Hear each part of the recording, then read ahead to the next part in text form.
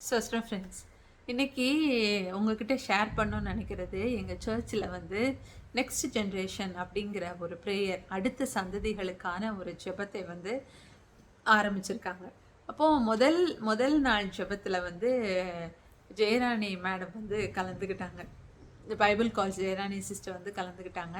அப்போ அவங்க வந்து 3 குறிப்புகளை சொன்னாங்க. அது ரொம்ப ரொம்ப ஆசீர்வாதமான ஒரு குறிப்பாக இருந்தது. அதை நான் உங்ககிட்ட ஷேர் பண்ணணும் அப்படின்னு நினைக்கிறேன். அதே போல் உங்களுக்கு உங்களுடைய சந்ததிகளுக்காக ஜெபிக்கணும் அப்படிங்கிற ஒரு பாரம் இருக்குது, இல்லை அந்த காரியத்தில் உங்களுக்கு இன்னும் ஒரு வழிநடத்துதல் தேவைப்படுது அப்படின்னு நீங்கள் யாராவது நினச்சிங்கன்னா நீங்கள் கமெண்ட்டில் போடுங்க. அவங்களுக்கு மட்டும் அந்த ஜூம் லிங்கோடைய காரியத்தை வந்து நான் வந்து உங்களுக்கு ஷேர் பண்ணுறேன். இது சர்ச்சில் இருந்து ஊழியர்கள் நடத்துகிறாங்க. நாங்கள் எல்லாரும் அதில் வந்து கலந்து கொள்ளுகிறோம். அதில் வந்து உங்களுக்கும் அது நிச்சயம் தேவனுடைய நாம மகிமைக்கென்று ஆசீர்வாதமாக இருக்கும். நான் கர்த்தருக்குள்ள விசுவசிக்கிறேன். யாத்திராகமம் 2வது அதிகாரம் 2வது வசனத்தில் பார்த்தீங்கன்னா, மோசேயுடைய தாய் வந்து மோசையை பெற்றெடுத்த உடனே இவர் அழகுள்ளவர் அப்படின்னு கண்டு அவரை வந்து கொல்ல ஒப்பு கொடுக்காமல் அவரை வந்து ஒளிச்சு வச்சு பாதுகாக்கிறாங்க. 3 மாதம்தான் அவங்களால ஒழிச்சிக்க முடிந்தது. அதுக்கப்புறம் முடியலை. அதனால் அவங்களுக்கு தெரிந்த ஒரு நாணல் பெட்டியை செய்து அதில் மோசையை வைத்து தண்ணீரில் அனுப்புகிறாங்க. அப்போது நம்மளுடைய நாணல் பெட்டி எது அப்படின்னா ஜெபம். குழந்தைகளுக்காக, நம்மளுடைய அடுத்த சந்ததிகளுக்காக நம்ம செய்கிற ஜெபம், நம்மளால் முடிஞ்ச ஜெபந்தான் அந்த சகோதரி செய்த நாணல் பெட்டி. அந்த நாணல் பெட்டிக்குள்ளே குழந்தையை வைத்து அவங்க வந்து தண்ணீரில் அனுப்புகிறாங்க. அவங்களுடைய தமக்கை சகோதரி வந்து அந்த குழந்தைக்கு என்ன ஆகும்னு பார்த்துக்கிட்டே இருக்கிறா. அந்த ஜெபத்தில் பிள்ளைகளை வச்சுட்டு பிள்ளைகளுடைய லைஃப்பில் என்ன நடக்கும்னு நம்ம பார்த்துக்கிட்டு தான் இருக்க முடியும். Remaining everything is from Lord. அப்போ கர்த்தர் ஏற்ற வேளையில் பார்வனுடைய குமாரத்தி அந்த இடத்துல குளிக்க வர்றது, கரெக்டாக குழந்தையுடைய அழுகு சத்தம் அப்போ கேட்குறது, அந்த குழந்தைய எடுக்கிறது, எங்கேயுமே வாழ முடியாது அப்படிங்கிற அந்த குழந்தைய ராஜ அரண்மனையிலேயே தேவன் வாழ வைக்கிறார். அப்போது நம்ம செய்கிற ஒவ்வொரு ஜெபமும் குழந்தைகளை நம்ம அந்த நாணற்பெட்டியில் வைத்து மறைப்பதற்கு சமம். அந்த மறைத்துட்டு நம்ம தேவன்கிட்ட ஒப்பு கொடுத்துட்டு நம்ம வேடிக்கை மட்டும்தான் பாருங்க, கர்த்தர் வந்து எல்லாவற்றையும் பார்த்து கொள்ளுவார். அதனால் இந்த ஜெபங்கள் உங்களுக்கு ரொம்ப முக்கியம் அப்படின்னு அந்த சகோதரி கற்றுக் கொடுத்தாங்க. 2வது பார்த்தீங்கன்னா 2 ராஜாக்கள் 11வது அதிகாரம் 1-2 வசனம். அத்தாலியால் என்ன செய்கிறா, ராஜ வம்சத்தில் சேர்ந்த எல்லாரையுமே கொன்று போடுகிறாள். அப்போது அந்த ராஜ வம்சத்தில் 6 வயதான யோவாஸ் அப்படின்னு ஒரு சிறுவன் இருக்கிறான்.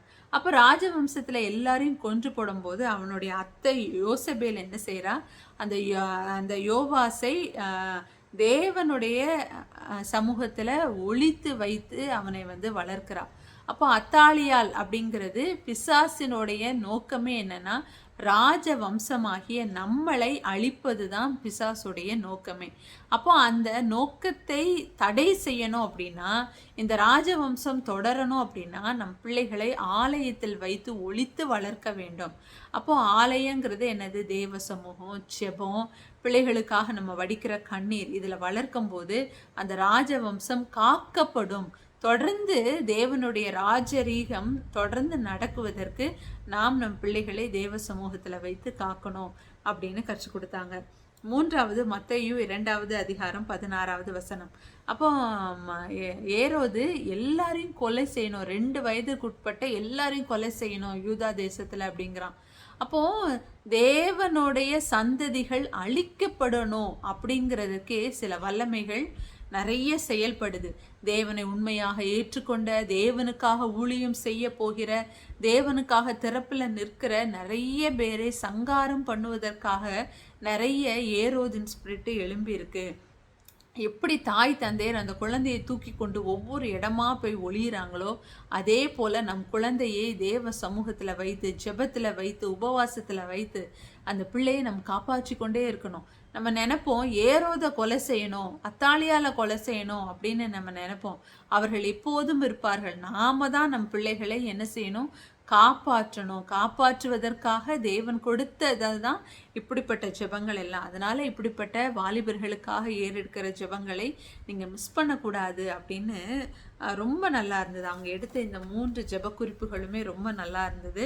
அதுக்கப்புறம் சொன்னாங்க, நீங்கள் வந்து சர்ச்சுக்காக ஜெபிக்கணும், அதாவது உங்கள் தேசத்தில் இருக்கிற வாலிபர்களுக்காக ஜெபிக்கணும், அப்புறம் உலகத்தில் இருக்கிற வாலிபர்களுக்காக ஜெபிக்கணும் அப்படின்ற 3 ஜெப குறிப்புக்கு எங்களை வந்து ஜெபிக்க வச்சாங்க. ரொம்ப ஆசீர்வாதமாக இருந்தது. இது வந்து ஒரு ஜூம் ப்ரேயர். லாகின் ஐடி பாஸ்வேர்டோட நம்ம வந்து அதில் கலந்துக்கலாம். நீங்கள் விருப்பப்பட்டவர்கள் உங்களுடைய விருப்பத்தை நீங்கள் வந்து கமெண்ட்டில் தெரிவிச்சிங்கன்னா நான் வந்து உங்களுக்கு அந்த லிங்க்கை வந்து நான் அனுப்பிச்சி வைக்கிறேன். இது வந்து சிங்கப்பூர் டைம் படி 9 to 10, அதாவது இந்தியாவுக்கு 6:30லேருந்து 7:30 மணி இருக்கும். அந்த 1 மணி நேரம் வந்து நடக்கும். கரெக்டாக 1 hour தான் நடக்கும். நிச்சயம் ஆசீர்வாதமாக இருக்கும். 2 தடவை இந்த ப்ரேயர் வந்து முடிஞ்சிருக்கு. அதை அவங்கக்கிட்ட நான் வந்து எங்கள் ஊழியர்கிட்டலாம் கேட்டு அவங்க ஓகே சொன்னதுக்கப்புறம் தான் நான் உங்ககிட்ட வந்து இதை ஷேர் பண்ணுறேன். நான் பப்ளிக்காக போட முடியாது. விருப்பப்படுறவங்களுக்கு இது வந்து தேவைன்னு நினைக்கிறவங்களுக்கு அதை நான் ஷேர் பண்ணலான்ட்டு இருக்கேன். உங்களுக்கு விருப்பமாக இருந்தால் அதில் வந்து நீங்கள் வந்து ஜாயின் பண்ணுங்கள். நம்ம அடுத்த தலைமுறையை நிச்சயம் காப்பாற்றணும். நாம் ஜெபத்தில் வைத்து போராடி அந்த பிள்ளைகளை தேவ சமூகத்தில் பாதுகாத்து தேவ திட்டம் நிறைவேற அவர்களை உருவாக்கணும். தொடர்ந்து உங்களுடைய ஜெபத்தில் இந்த ஜெபங்களையும் எங்கள் ஆலயத்தில் நடக்கிற நெக்ஸ்ட் ஜென்ரேஷன் நினைவில் வச்சுக்கோங்க. தொடர்ந்து ஜெபிப்போம், நம் சந்ததிகளை பாதுகாப்போம். God bless you.